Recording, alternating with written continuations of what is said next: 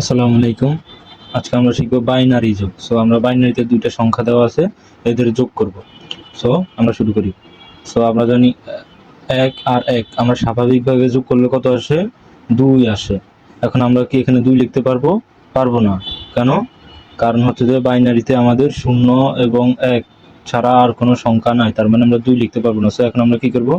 ২ কে সেজন্য তার বেস দ্বারা ভাগ করব। ২ এর বেস কত? ২ এর বেস হচ্ছে ২। তার মানে ২ দ্বারা ভাগ করলে ২ কে একবার যাবে আর নিচে ২ করলে ০ পাবো আমরা। তার মানে আমরা যে ভাগশেষটি পাচ্ছি, এই ভাগশেষ এখানে বসবে আর আবার এই একটা কোথায় যাবে? এই একটা এখানে যোগ হবে। মানে ক্যারি থাকবে।